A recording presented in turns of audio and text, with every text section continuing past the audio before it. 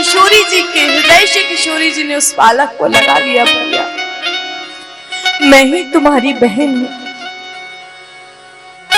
आज मैया सीता कहती है, मैया जानकी उस नन्हे से बालक से कहती है, भैया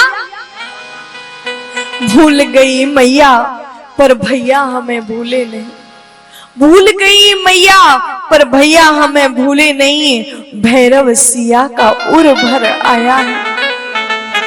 भूल गई मैया पर भैया हमें भूले नहीं, भैरव सिया का उर भर आया है।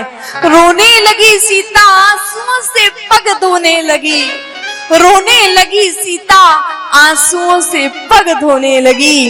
भाई भगनी का भगवान धन्य नाता है, भाई बहन का भगवान धन्य नाता है।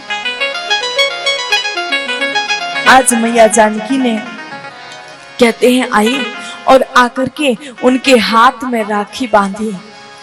अब राखी बांधी थी, उसी समय जैसे ही देखा वो बालक सोचता है मैं अपनी बहन को क्या दूंगा, ये मैं फटी सी साड़ी लेकर के आया हूँ, मेरी बहन महारथी के साथ में हाथी पर आरूढ़ होकर के आई है, ये मणि में इतने सुंदर सुंदर आभूषण पहन कर के आई है और मैं अपनी बहन को एक फटी सी साड़ी दूंगा।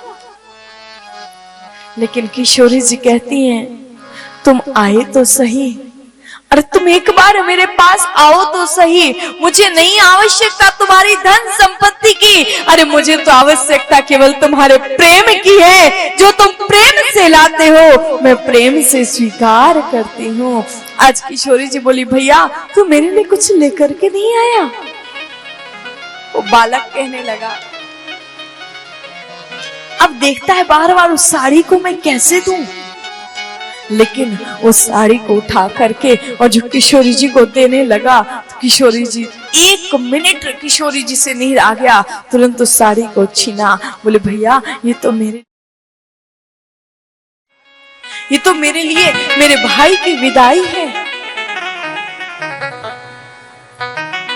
वो बालक की आंखों के आंसू नहीं रुक रहे हैं, मंदिर में जो गिरा आज नेत्र बंद जैसे किए, देखते ही देखते लाडली जो अंतर ध्यान हो गई। वो बालक रात्रि भर रोता रहा, रात्रि भर रोता रहा, मेरी बहन कहां चली गई, मेरी बहन तू कहां चली गई। उसी समय कहते हैं प्रातः काल हुआ तो वशिष्ठ कुंड से एक महात्मा जी आए और महात्मा जी ने जैसे उस बालक को देखा तो समझ गए कि इस बालक पर किशोरी जी की कृपा हो गई है, इस पर लाडली जी की कृपा बरस चुकी है। उस बालक को लेकर के अपने आश्रम में गए और वहां पर किशोरी जी की कुछ सखियां कुछ आभूषण लेकर के आई और कहा ये तुम्हारी बहन ने अपने भाई की पहुनाई भेजी है। लेकिन वो सब पहुनाई लेकर के इन्होंने क्या किया, वशिष्ठ कुंड में ही डाल दिया। वो आज भी वहां पर है।